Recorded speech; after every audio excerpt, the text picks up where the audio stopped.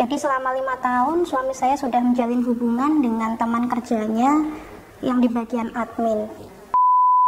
Saya terpuruk, saya depresi, batin saya terluka.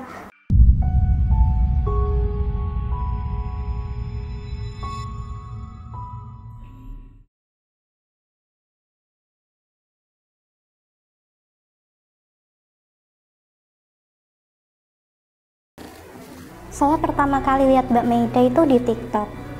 Waktu itu saya ngerasa apa yang di-share Mbak Maida itu persis banget seperti yang saya alami.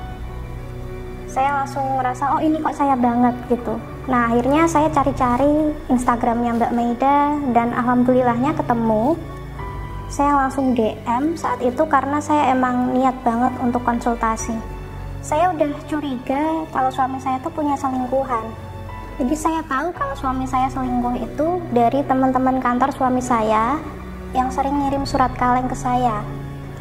Jadi selama 5 tahun suami saya sudah menjalin hubungan dengan teman kerjanya yang di bagian admin. Suami saya tuh sering banget bohongin saya. Jadi saya tuh meminta tolong sama teman-temannya agar memantau keseharian suami saya, memantau gerak-geriknya dan menginformasikannya kepada saya. Jadi apapun yang dikatakan suami saya, semua kebohongan dia itu saya tahu.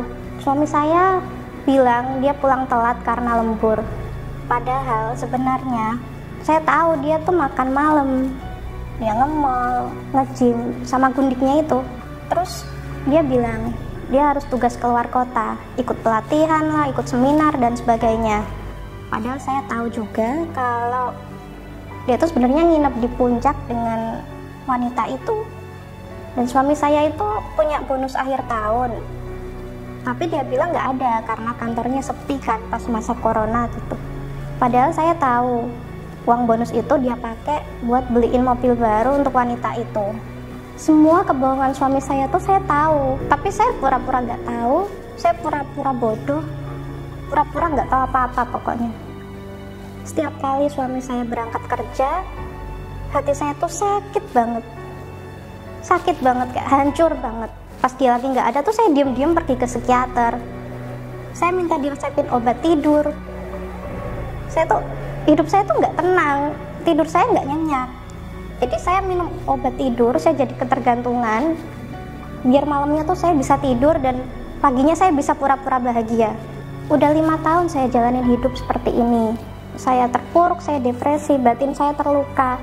Nggak cuma batin saya, fisik saya pun saya rasa juga ikut terkena imbasnya. Sampai akhirnya saya cari hiburan di TikTok. Saya cari hiburan sampai akhirnya saya ketemu sama akunnya Mbak Maida.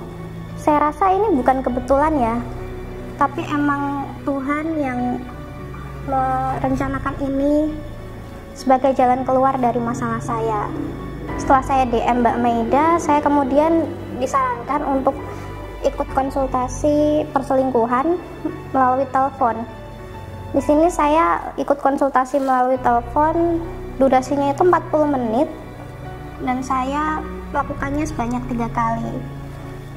Sebelumnya saya juga udah pernah ikut ruqyah 5 kali bahkan, tapi tidak ada hasilnya. Baru di sini dengan Mbak Maida saya benar-benar merasa dikuatkan.